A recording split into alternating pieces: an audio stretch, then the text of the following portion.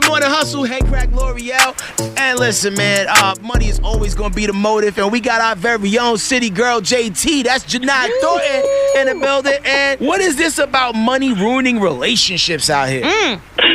Well, you know, we got Valentine's Day coming up in a week, and we want to make sure people can stay together and not break up before Valentine's Day over some money drama. Right. Yeah, like, you know, what's like a fair amount of money to spend on Valentine's? And I know everybody's, like, you know, income and budget, you know, allows them to flex a little differently. But, you know, let's just say middle class family, you're kind of living check to checky, but you want to do something fly and extravagant. Well, and you know, you said the key words first, which is budget. What can you do that's not going to create you some stress later? Because yes, you want to have fun. Yes, you want to acknowledge. But what are you going to do so you're not paying for this Valentine's Day for the next 18 months? So figure out some creative ways to show some love. But again, you don't want to break the bank over this. Now, how can couples stop fighting about money? Say they done already got into it numerous times. What's the solution for that? Well, you know, a big part of fighting over money is poor communication. So it's really important that couples really get in the rhythm and have intentional time where they focus and talk about money. I like to see couples have what I call money meetings. A lot of times they have to have them in public so they can use their indoor voices and not be fighting about it all the time. But it's really important to have some intentional time to talk about it.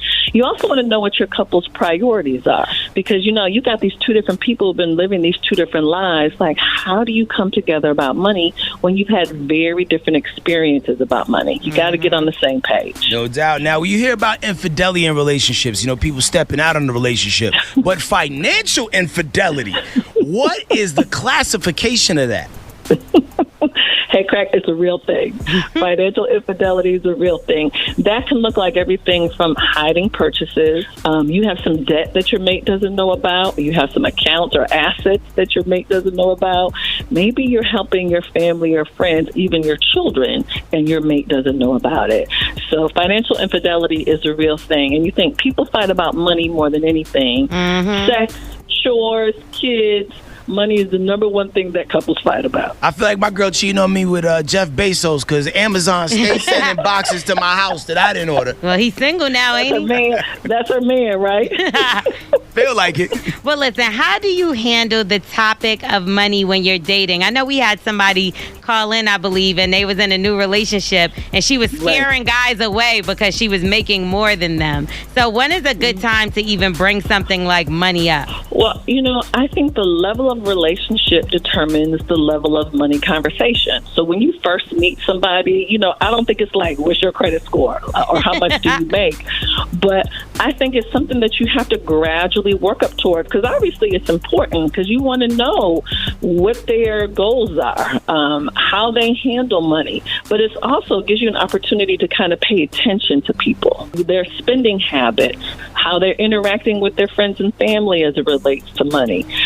So those things are important, but you've got to be able to work up towards that conversation, because, again, if you don't, y'all going to be fighting about it later for sure. No doubt. And sometimes in new relationships or even relationships that are flourishing, you're so enamored, you're so in love, but you don't look at the red flags and the signs that maybe this person is not the greatest with money. What are some of the things you need to look out for? Hey, Craig, I think part of it is red flags. Those are like the blaring things, like they have creditors call them.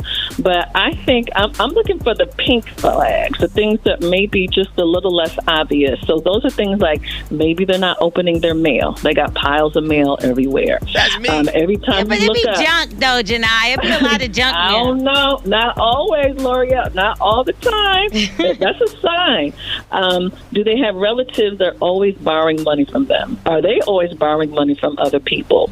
So there's things that you really have to pay attention to, not be paranoid about, but you want to pay attention to, because, again, those small things, those pink flags could eventually become red flags later on. Very well put. Yo, Jini Thorton, always a wealth of information. I know you be doing a lot of things online. If people want to get down with you, how can they find you? Please, of course, you can follow me on social media at Jini Thornton. That's JINITHORNTON. And ladies, of course, you can join my free money community community at thankmelater.money. Thank you, guys. I feel like you'll get a Nicki Minaj verse before the real JT. No, it might be the same time. One time for Jini Thorton. Yeah! Thanks, love. All right. Talk to y'all later. We are the Morning Hustle.